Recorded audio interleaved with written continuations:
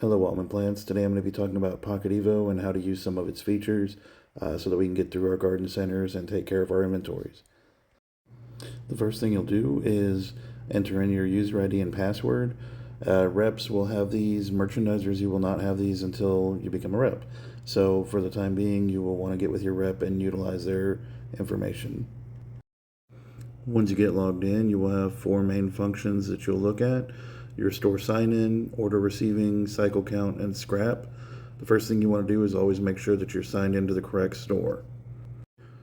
When you select store sign in, it'll take you to where it'll have a GPS by location and show you what the nearest stores are to log into.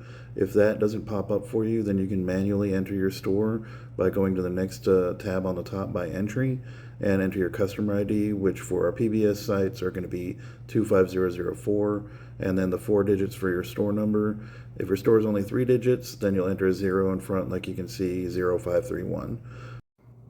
Then when you go back to the main screen, you should see the store at the top listed as the pay by scan site, and that's what you always want to make sure you're in the right store so you don't mess up an inventory of a store you might have previously been at. The next feature is order receiving.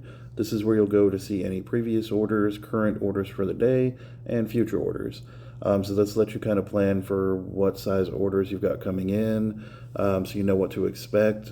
But we also want to make sure that we're checking in our orders when we receive those to make sure we're getting the right product. To check in an order, you just select the order for today. You're going to see a list that pops up. You're going to scroll down and you'll see each item listed there with how many were supposed to be delivered in the left column with a 0 on the right. So you'll just fill in if you got all of those items in there as you go down the list. If you didn't receive something, then there's a little drop down right above it where you can put in what the reason was, if you didn't get delivered, if it was damaged, what was going on with that product, and then adjust the counts or leave it at 0 to show that you didn't receive anything. And the next thing you want to do is when you go through and enter everything, you'll see the second tab over is for POD, which is our bill of lading, our BOL, and you want to make sure that you scan that if you had anything that was incorrect so that it gets sent up to our distribution group and they know that something didn't come through on the order.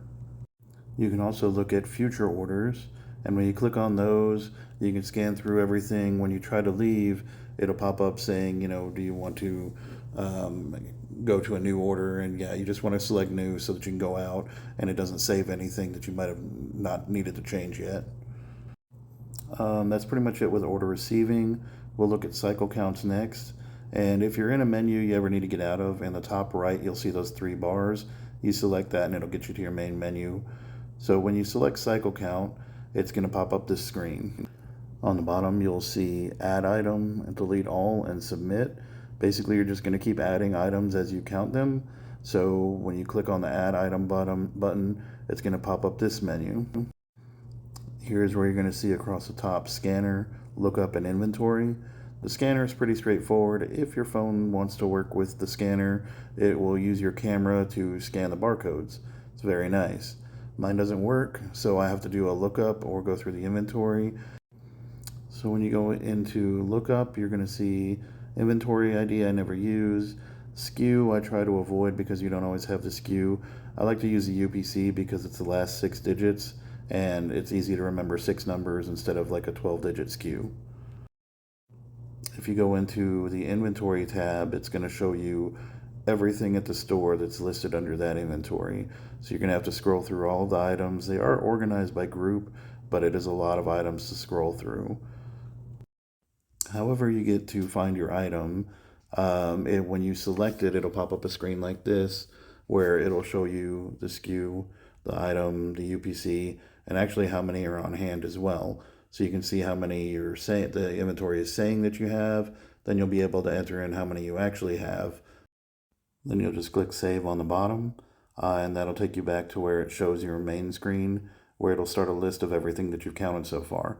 Now you can always adjust it if you click on the item here, or you just go to add item, or you're going to submit when you get everything that you wanted accounted for. So next we'll talk about going into our scrap reporting. And here when you select the scrap option, it looks just like a cycle count where you've got add, delete all, and submit.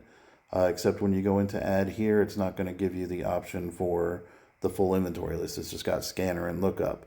And so again, if your scanner works here, that's great. Again, I always have to do lookup, so I'm entering UPC numbers for everything that I scrap. But it will show you the same itemized screen. Then you'll just submit it at the very end once you've got all your scrap entered, and that should be all you need to do here. I will have a follow-up video that goes more into some of the inventory and scrapping and some of the ways that we can do it to make it easier. But just for a quick overall, I hope this helps you.